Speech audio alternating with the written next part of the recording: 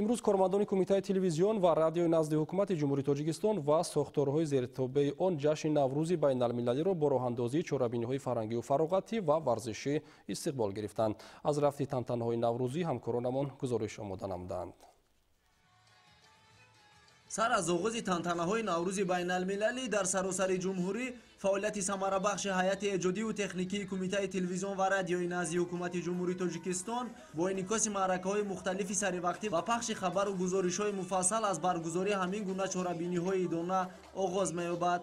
ҳамакнун имсол нисбати ба поён расонидани кору бартараф намудани масъулияти ҳамешагӣ ҳамакормандони ин ниҳоди давлатӣ сарҷамона ва бо қалбҳои шод ҷашни наврӯзи оламафрӯзи диёрро дар фазои идонаю мутантан дар боғи ирами пойтахт таҷлил намуданд. ин чорабинии наврӯзи байналмилалӣ имсол дар пойтахти замон шаҳри душанбе бо як сатҳи баланд таҷлил карда шуд, ки имрӯз метавонад бо ин барномаҳо ва умуман дар маҷмӯъ ин чорабинии байналмилалӣ барои муаррифӣ кардани миллати тоҷик ва умуман дар маҷмӯъ нишон додани ҳамун расму оинҳои миллии мо ба сатҳи байналмилалӣ ба ҳисоб меравад.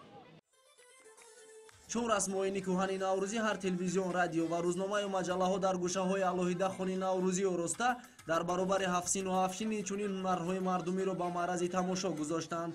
дар ин радиф бонувон таомҳои миллӣ, сумана, гӯши бурида ва самбусаву дигар анвои хӯрокҳои баҳорӣ омода намуда хони идонаро шукӯҳи дигаре бахшиданд. аз рафти баргузории чорабинӣ раиси кумитаи телевизион ва радиои назди ҳукумати ҷумҳурии тоҷикистон Маҳмад Саид Чоҳиён дидан намуда ба заҳмати кормандони воситаҳои ахбори омма баҳои баланд дод. дар як гӯшаи дигари базмгоҳ шабакаҳои телевизионии варзиш ва футбол дар баробари оростани хони наврӯзӣ ҳамчунин бо ташкили гӯшаи варзишӣ бо шумули бозиҳои миллии варзишӣ аз қабили теннису волейбол, гӯштину чавгонбозӣ ва дигар риштаҳои варзиш таъби ҳозириро шод намуданд.